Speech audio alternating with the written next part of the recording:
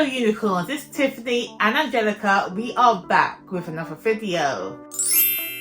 So in today's video, I'm just going to run through some fantasy series that I just want to get to. These are series that have a large following in the fantasy community, in the fantasy space. They are long running fantasy series, and I'm looking for a series that I can get stuck into, that won't end after 3 books, that won't end after 4 books, because every time I finish a trilogy or a duology, there's a void.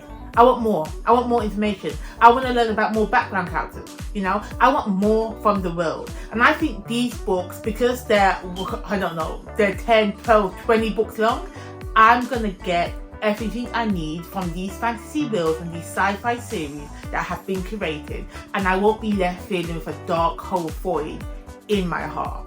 Okay? So without further any ado, just jump into the list, okay? So I'm going to go in the order, my priority of reading, because that's how I listed them. So let's just start from the beginning. First book series that we have is Walls and Light, the War of Light and Shadow series by Janny Wurts. The first book being Curse of the Mistray. Now I know this series, I think it's got, I don't know, 11 books in it, and I think there's split up into trilogies, separate trilogies, but altogether it's an 11 book series, and the 11th book has just come out. So I think it's the perfect time for me to jump right into it, for me to begin. I'm not 100% sure what this story is about. I know there are 2 brothers, 2 half brothers. One is got shadow magic, one has got light magic, and they're saving the world. I don't know. I didn't read up on it. I just know I read Janny Wurts when she did her book with Raymond E. Weiss. She did the Empire, Mistress of the Empire trilogy, part of his massive world that he made. But I read the Mistress of the Empire trilogy that she wrote with him, loved it. So I thought, I know I like Janny Wurts' writing, let me read her series. The next book that I need to get into, and I feel like it's hot and cold. You either love this series or you don't love this series. And this is a series that you have to pay attention to. You need to be immersed in the world to fully grasp its meaning. Now that is Malazan Book of the Fallen. The first book being Guardians of the Moon.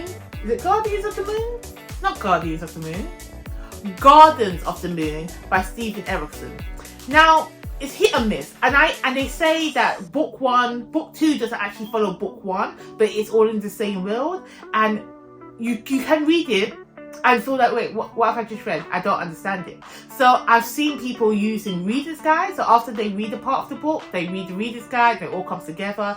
Now that might be a bit long. Like when I sit down and read the book, I want to read the book and get the gist of it, but I feel like I can do this. I feel like I can tackle this series, because this series was a duo, and I think it was Erikson and Ian. I didn't write his name down. Ian something and another.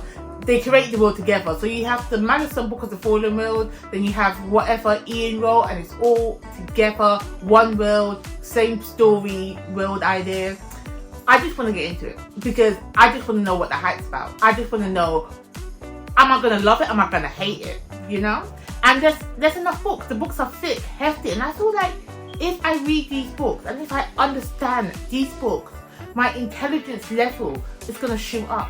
Because, hey, this is such a hard fantasy book to read, and I'm here for it.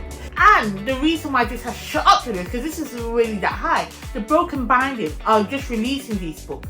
The covers of these special editions, and I am liking these covers. I'm liking the cover reveals. And I don't know what these cover reveals mean. I don't know what they're all about. But I'm liking them. I'm liking this world. So I gotta read it. I gotta read it to find out what it's about. The next book on this list, and I feel like everybody who started to read fantasy from my generation growing up, everybody who loves fantasy, who thinks fantasy is the best genre in the world, has heard of this series, Wheel of Time by Robert Jordan. Now, again, I didn't start reading fantasy until, I know, Doomsday, Game of Thrones, and the Lord of the Rings TV adaptation by Peter Jackson.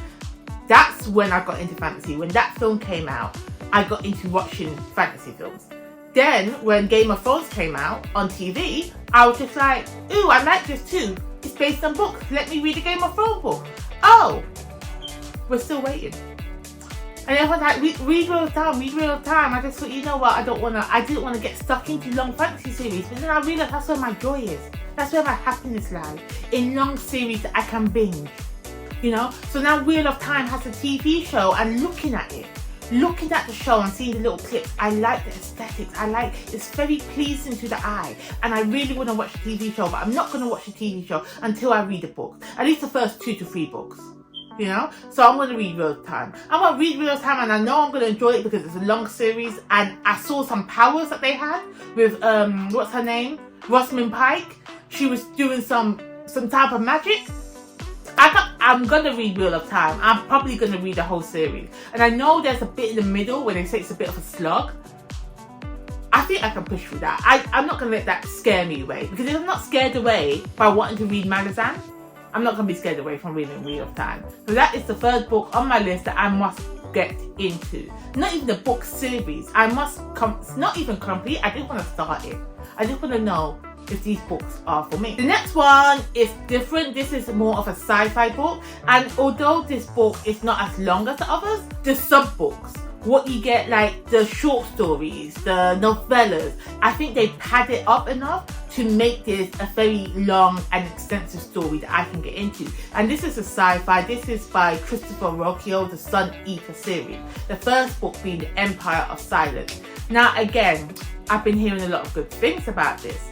I have. And I do like me a space opera saga type of story. I do like me an expansive world. So hopefully this will be it, and it's the premise for me. The premise is what gets me, because I know from the back of the Empire of Silence book, he starts off by saying he killed the world. He destroyed the star that killed billions of people and his enemies, and it's this main character that's telling us his story from the beginning. Okay, so we know how it ends. Now we just need to know where he started and what led to that point. So again, intrigued, and I might enjoy it. I can't say I will. Who knows? The next one I have. Now this, I doubt I'm going to finish this anytime soon. I doubt this is... I'm just going to have a little taste test in Discworld. This is the Discworld series by Terry Pratchett. There's enough books in it. There is enough books to last a lifetime in this book. But I feel like being in the fantasy space, I want to know what people are talking about when they say read Terry Pratchett. When I'm looking for a little kiki ha-ha, I want to know why they always divert me to Terry Pratchett books. So I read The Hitchhiker's Guide to the Galaxy. I thoroughly enjoyed that. I like the humour in that. They say if you like the humour in that, you're going to like Terry Pratchett's Discworld. So I'm not sure where I should start with this, because Discworld is made up of several different smaller series, like trilogies, standalone books, that they connect, but they don't really follow. You can read them in any order. But the most prominent place to start, which I've heard people say, to either start with Guards or Going Postal. There's other books you can start with, but these were the top recommendations I had. Guards or Going Postal. So I'm going to taste test Terry Pratchett. I'm going to taste test this one, see if I like the humour, see if I like the writing. It may be that I pick up one book, I don't like that book, but a book from another series, from another group of characters, might be my best one yet. So we're going to try Discworld. The next one I have is something that I don't really go for. It's not what I reach in fantasy. I don't really reach for urban fantasy. I like my fantasy set in secondary world with fantastical creatures where I don't see any resemblance from our world. I read fantasy to escape reality. Urban fantasy is technically based in our reality. However, with that said, I am really interested in reading the Dresden Files by Jim Butcher. I've heard a lot of negative things about it. I've heard a lot of positive things about it. I'm intrigued. I want to know why people say they don't like it. Now, with this book, with most of the books in this series, obviously they're older books. They're written in a different time. So there's going to be some things written in the books that I'm going to turn my head up at. There's going to be some misrepresentations in this book that I'm going to be like, really? Did you have to put it in there? I have to keep in mind that it's written in a different time. That being said, I know the character Dresden, Harry, I don't know his name in the book, But the main character in the Dresden file, I know he could be a bit of a sexist. I know he's gonna say some problematic things. So knowing that going in, I can look over that. I want to experience the Dresden file because I heard the first two books are a bit rough. It gets better as the story goes along. Now, I'm here for a long time. I'm not one and done. So I'm gonna give it a chance. I think I'm gonna give it 3 to 4 books in. If I still don't like it, it's a no. But I'm intrigued, and I like the fact that they have different magical beings in our world. I want to see how that adapts. So, Dresden Files. Next one I have, which I've just been putting off. Now, I don't know if this is a long book. I don't think this is different than all the other books in my series. But these, I think it's just a trilogy with some short stories. So, either way, this has been on my list. The Tales of Earthsea by Ursula K. Le Guin. I have been wanting to read this book. I see it of people's best fantasy books ever. Never read it. I always reach for it in the library. I don't buy it. I go to the library, see when I put it on hold. I see there's like 12 people waiting here for, it's not my time. It's not my time.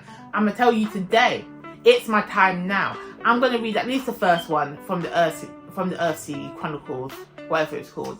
And the fact that this is a woman writing it, and she wrote it back in the day, all the way back then, when it was predominantly white male authors writing fantasy and bringing that hype.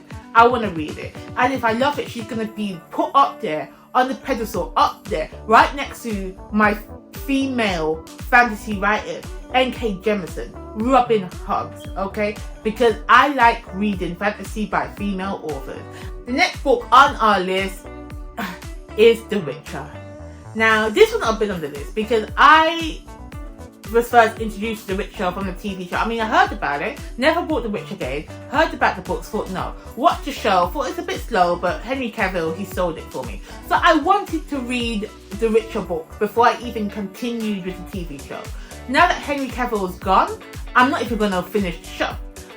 I am going to get The Witcher game, the PlayStation game number 3, because they say that it's one of the best Witcher games out there. But me and my eager beaver hive, I brought the Witcher box set, which is right here. I got the Witcher box set. I don't normally buy books. I don't normally buy books that I haven't read. At least the first book in the series. All these books are either gifted to me or I read the first book from the library. There was 2 longer holes that I just went and bought the whole thing. This one I saw in the Wurts and it was on special offer. I thought, I want to read The Witcher, so let me buy this and read The Witcher. That was a year ago. I have not picked it up once. I gotta read it. I gotta read it or take it away from my shelf. So I know it's made... Well, it says 5 books. There's 5 books here. And I think the first 2, The Last Wish and Sword of Destiny, I think these are a collection of short stories. I don't know what Seasons of Storms is. Can I take it out? I don't know what Seasons of Storms is. But 1, 2, 3, 4, 5, 6, 7, 8. I'm dumb. There's 5 plus 3. 8. Alright.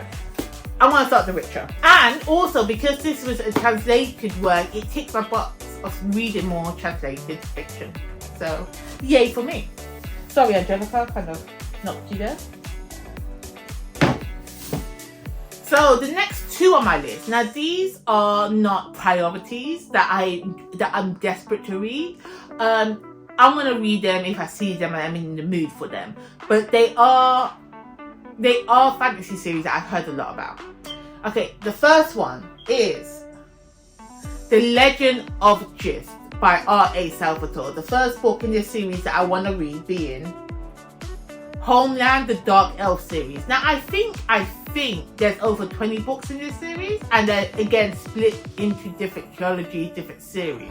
So the series that I'm going to start with is the Dark Elf series. Now, The Legend of Drizzt, I believe, is connected to either a game. Is it Warhammer? Is it Warhammer? Is it Dungeons and Dragons? Is it the Forgotten Realms?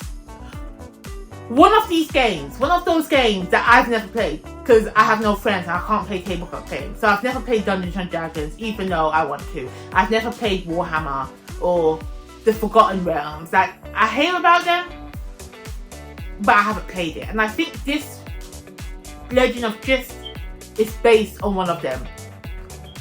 I don't know if I have to know about those books. I doubt that I have to know about the background story to get into these books. So that's why it's not high on my list. But I'm going to try it. I'm going to see what it's about. I'm intrigued enough to pull it on the list, and that's what we're doing. And the last one that we have on is the DragonRiders of Pern. I think it's Pern. The DragonRiders of Pern by McCaffrey. Again, I've been hearing this floating around in the best fantasy series of all time. I've been hearing it, like, as I said, I've been reading fantasy. I've been reading the new releases of fantasy. New releases have not been hitting the mark for me. So maybe I should go back and read some old school fantasy. Read some 80s, 90s classical fantasy. DragonRiders of Pern. I don't know what it's about. Apparently DragonRiders who come from Pern. We will find out. So that's it for me today. Those are the 10 fantasy series, the epic fantasy sci-fi series that I want to start, that I want to get into and hopefully love, so I can just sit and binge my life away. You know, be productive with your time. And this is how I choose to spend my time. Let me know if you have any must-read series. Let me know if there's any books, any series on your TBR that you've been meaning to start, that you've just been itching to get into, but you just keep putting it off. Let me tell you this now. It's their time. Give these epic series their time. Start it today. Join me. Alright. Thank you for watching, everybody. If you like this video, like and subscribe, and I will see you in the next one.